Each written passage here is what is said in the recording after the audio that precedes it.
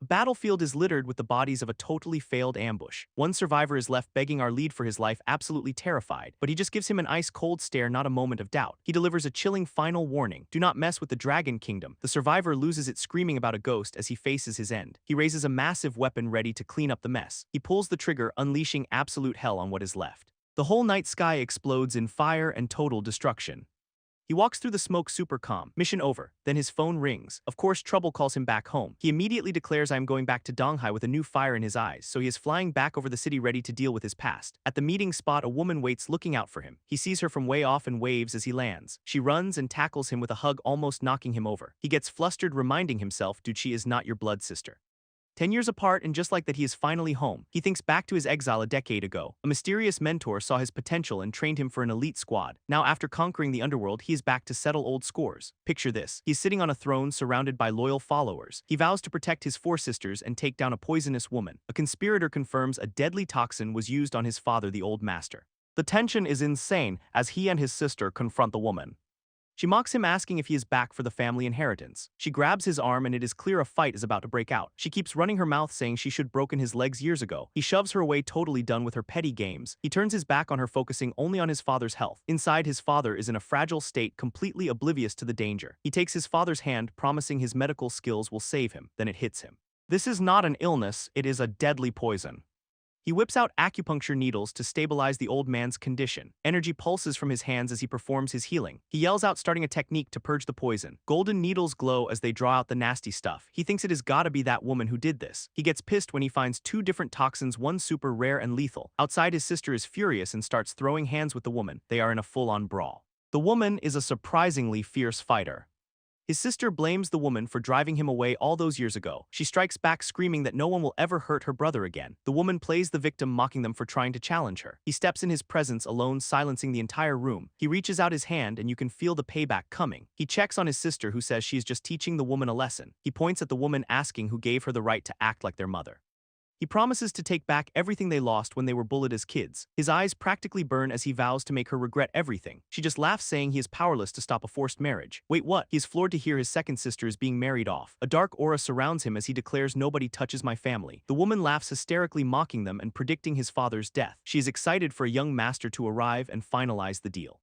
She greets the suitor with a smile, totally clueless about the storm she is in. The sister looks on in disgust. She knows this visitor is a total creep. From the shadows, he identifies the suitor who has been targeting his sister. He makes a cold, quick call to set a counterplan in motion. The woman assures the suitor she will make the marriage happen, no problem. The suitor is already celebrating while he gets ready to crash his party. The suitor arrives, his presence immediately making everything awkward.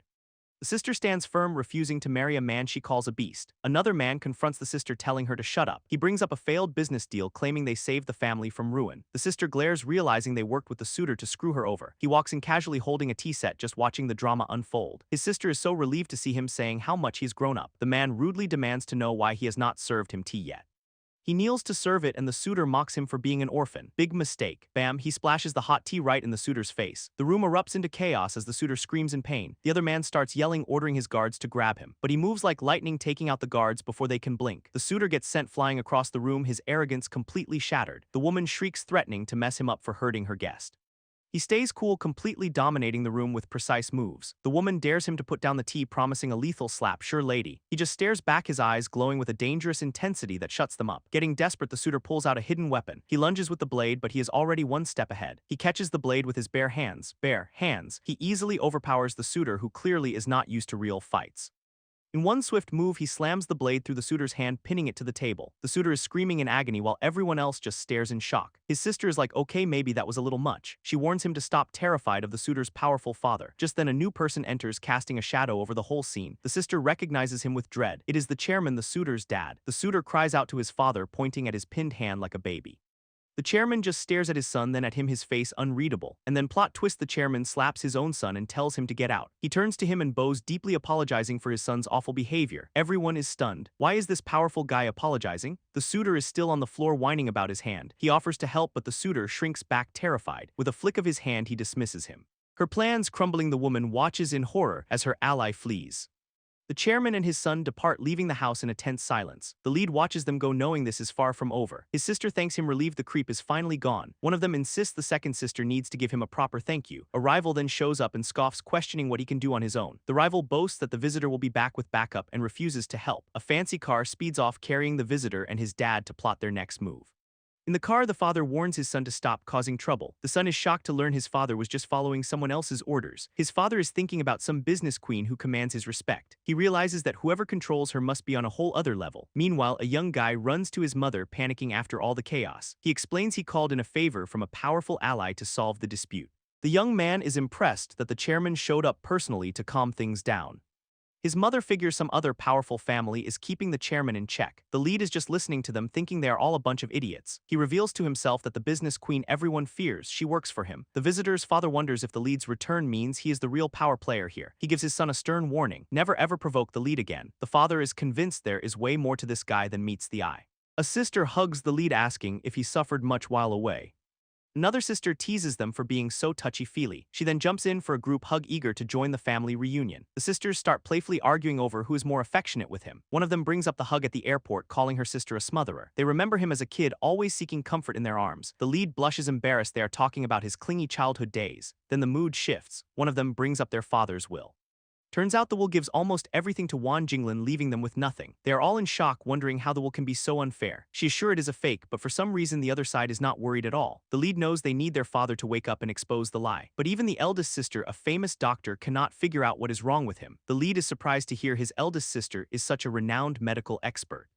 Despite her skills, she is already given a grim prognosis for their father. She tells him to get some rest and that the second sister will keep him company. The third sister playfully offers to stay with him, instead giving him a warm smile. She winks, clearly enjoying making him flustered. The lead agrees to rest but is wary of their constant teasing. She just laughs, reminding him how he used to need them to feel safe as a kid. He finally gives in and goes to his room to sleep. Lying there, he thinks about how much they have all grown up. Suddenly, a noise snaps him out of his thoughts. Who is there? The lead is smiling, talking to a woman, acting like the family drama did not happen. She's giving him a death glare, clearly not happy he is back. She tries to treat it like a business deal, asking what is your price to leave. He plays dumb, just calmly watching her squirm. She insists on paying him off, but he knows she is just desperate. He leans in and mocks her, saying he wants everything she has. She scoffs and tries to buy him off with a huge check. As she leaves, she calls him an outsider who deserves only her pity. He blocks her path, trapping her against a wall to get serious. He mentions he can smell other people on her, hinting at her secret alliances. She looks startled, her composure finally starting to break. He taunts her, asking if she really thinks she can hide her secrets from him. She pushes back, warning him that he is playing in a league he cannot handle. He just brushes off her threats, telling her to worry about her own fate. He vows to settle the score with her as soon as their father is cured. Suddenly, his sisters burst in, interrupting the tense standoff. They just make themselves at home in his room, catching him off guard. The third sister teases him again about how he needed them for comfort as a kid. He is flustered, trying to get dressed while they are all just standing there. He struggles to keep his cool with their playful and very forward behavior. The sisters remind him of their childhood bond, then tell him to hurry and get dressed. He gets up to get ready as they wait just outside the door, but one sister stays behind for a moment. She gives him a huge smile, openly checking him out before he's even dressed. She keeps doting on him, talking about how hard his life must have been. The second sister impatiently yells for them to hurry up. She watches him with a critical eye, noting he's not just some ordinary guy. They head downstairs, where the third sister says the eldest is waiting. A rival confronts them, mocking him for hiding behind his sisters. He insults the lead's mysterious origins, calling him a stray seed. The third sister is about to lunge at the guy for that insult, but the lead is faster, landing a swift kick that sends the rival flying. He then pours water all over the guy for good measure. With an icy gaze, he asks if the rival's head is clear now. The rival sputters threats, but the lead is completely unfazed. He warns the guy to watch his mouth before he gets everyone in trouble. A chilling smile spreads across his face as he dares the rival to make another move. The rival is left speechless and shaking, totally dominated. They leave for the hospital, where the eldest sister is in the middle of a major surgery. Arriving at the hospital, the sisters are bickering playfully while the lead stays focused. He is waiting anxiously outside the OR while his sister operates. He is worried because the surgery is taking so long, fearing for the patient's life. The second sister reassures him, saying the eldest is the best doctor in the city. A man approaches, clearly worried about the patient. He explains his wife's complicated medical case, desperate for answers. The lead listens and realizes the situation is way more serious than he thought. He offers his own medical analysis, shocking his sisters with his knowledge. The man confirms a severe head trauma and tumor required emergency surgery.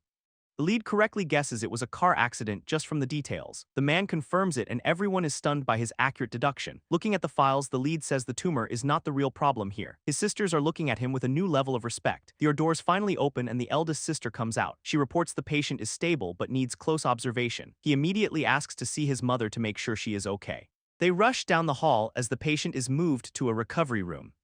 His eldest sister is wiping sweat, totally exhausted from a 10-hour surgery. She smiles at him, commenting on his maturity. She pulls him into a hug, checking on him like a concerned older sister. Then the third sister leaps into the scene, playfully demanding her share of hugs. He and his sisters are in the hallway discussing the high-stakes medical case of the Zhao family. They know the Zhaos are influential, and the family matriarch's life is on the line. He is skeptical, comparing these elites to the arrogant idiots he just dealt with. Meanwhile, the Zhao family is anxiously watching the patient who is unresponsive. He asks the medical team about the patient's bizarre vital signs. The doctors are baffled by her condition, having no clue what is wrong. He suspects something more sinister is at play than just a medical issue. Then it clicks. The symptoms are not medical but rather from a poison. He steps up, offering his expertise before it is too late. As he enters the room, the protective family immediately focuses on him. The patient's husband is losing his patience, demanding answers from the struggling doctors. His sister introduces him, vouching for his unconventional skills. He prepares his acupuncture needles, telling the family to be quiet and stay back. He expertly flicks the needles into place, targeting the hidden toxins. The husband flips out, accusing him of experimenting on his wife. He lunges, but the lead does not flinch, maintaining his intense focus.